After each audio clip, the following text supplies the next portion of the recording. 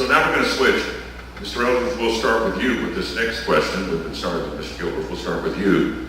Involving the Supreme Court, we've now sat on the confirmation of a Supreme Court justice now for what, 6-7 months, Merrick Garland? It's 4-4 on the court. What are you looking for? If elected to the Senate, what are you looking for in the next Supreme Court judge? Well, I would be looking for, as a senator, a fair and impartial judge that respects the Constitution. And that is a baseline standard that I would insist upon. I do not have any other litmus test beyond that. I don't believe in litmus test issues for judges. I do think when looking at the past year in the Senate should do its job. The Senate and Congress have not been in session, have been in session the least amount of time this year for a long time. And you know, the bottom line is any president from any party that nominates someone to the Supreme Court should have that nominee vetted and considered by the Senate. The Senate should do its job, hold hearings, and look into that nominee to see if they're would be a fair and impartial judge, and then have a vote. And you know what, I've given this answer and I've had people say, well, wait a minute, when things were reversed and when there was a Republican president, a Democratic Senate, people did things different, people did the same thing. I agree. They were wrong too.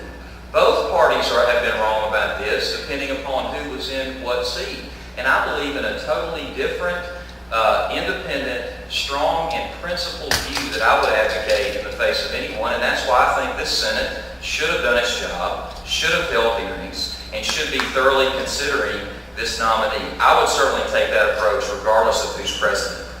Mr. Gilbert, your 2-minute response to that question. What should we be looking for in a Supreme Court judge? Before I talk about what I'm looking for in a federal judge, let's review the situation at hand. We have Supreme Court justices, as Craig said, that are split 4-4. And you know who they are, and you know where they stand politically based on who appointed them.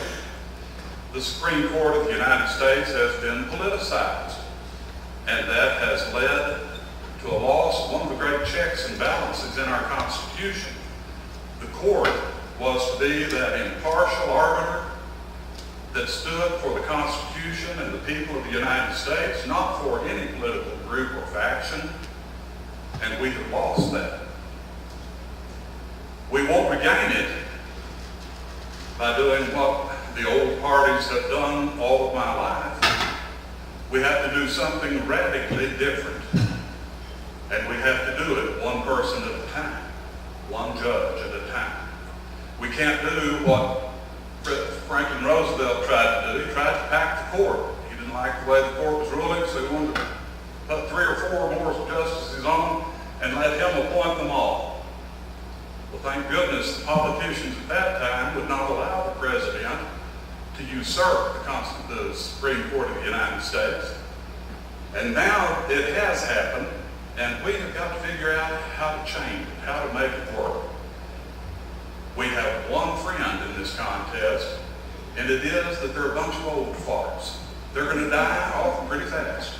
We're going to see them going every year or two, I think, for the rest of my life. And we need the Senate of the United States to look at those men based on nothing except their understanding of and willingness to apply the Constitution of the United States to every decision they make. Nothing else will work.